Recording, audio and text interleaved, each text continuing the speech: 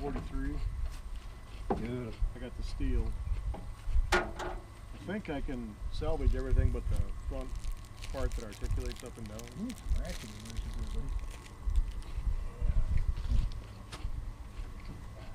It's inside. For sure it's 11/16.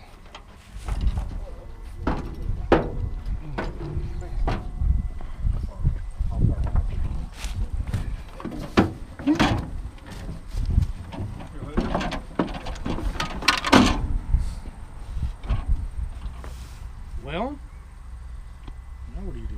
Go down to Cuba City and get a new one. That's where it's at.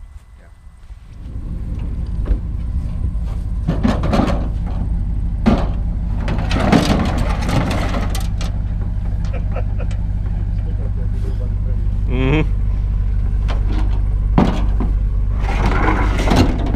All right, let's roll.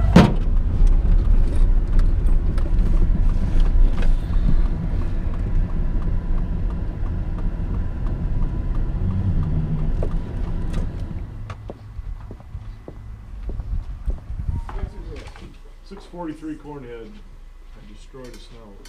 Ah, Bloomington called down for it? Yep.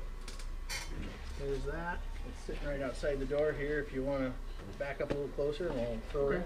Thanks.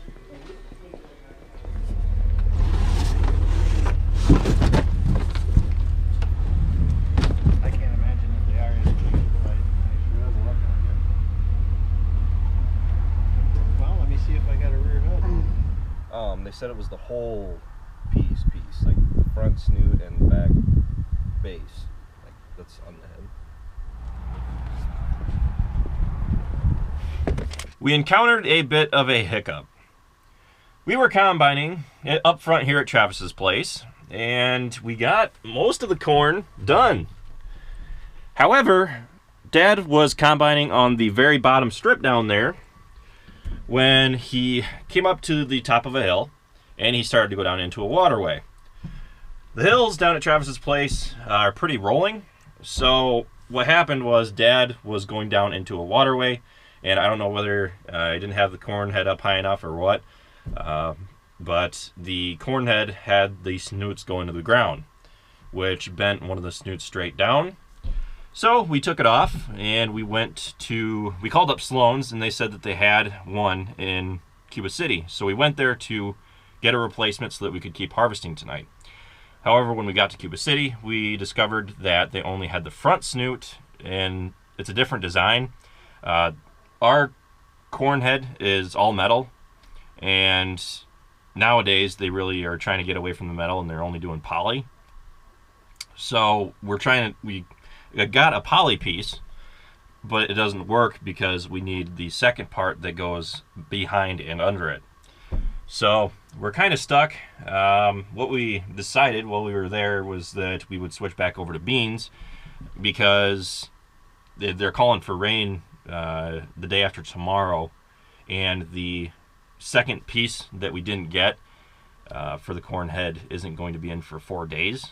So that puts us into next week until we can start harvesting again. So we figured that we would harvest that 11-acre bean field of mine close to the main farm tonight, and it should be about 500 bushels of beans, and at least that's what I'm aiming for. And then we are going to take the combine up to the upper farm, and we are going to prepare for tomorrow, because then tomorrow we can harvest approximately 35 acres of beans that are up there, and then we'll be set for beans until November. So that's the rolling game plan right now. I'm going to take this. I got a partial load of corn in the grain cart yet, but I'm going to take this back up, unload it into the grain wagon, and then we are going to fill the grain wagon up with my beans, and then we are going to use the grain carts up at the upper farm tomorrow because we're going to be hauling the beans straight out of the field. So I really wasn't planning on making a video today, but I've been knowing that I want to make a video on the 11-acre bean field. I'll talk to you again in a little bit here once I get up there, but I wanted to share some of the financial side of everything. I didn't really get to talk too much about it this spring. I'm trying to get more open with my finances to show you guys the costs of farming and I just wanted to share it, and we'll see where I end up. But the corn is yielding very good so far, and this farm is one of the lower yielding farms, so hopefully the other ones don't disappoint. So I'm gonna head up there now, and I'm gonna empty this out, and then we should empty the wagon into the bin. So let's get going.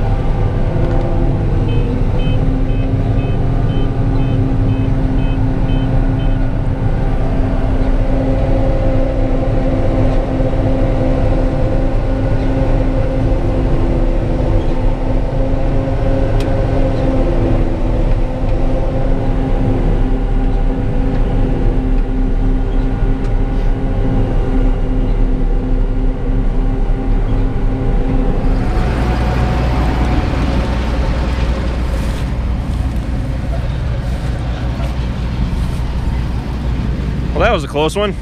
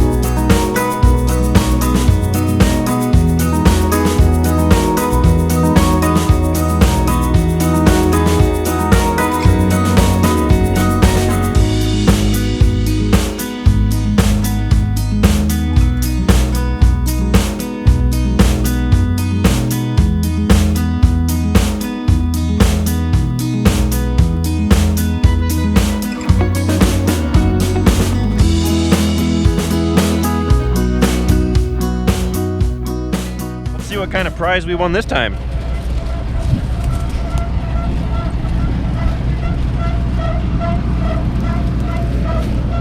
Nothing but dirt.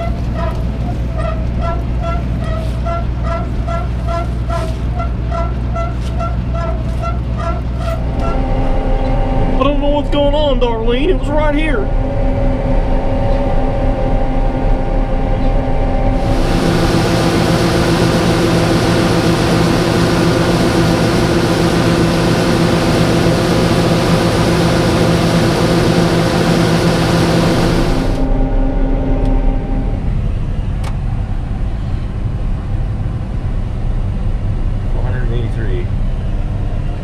That is definitely not right.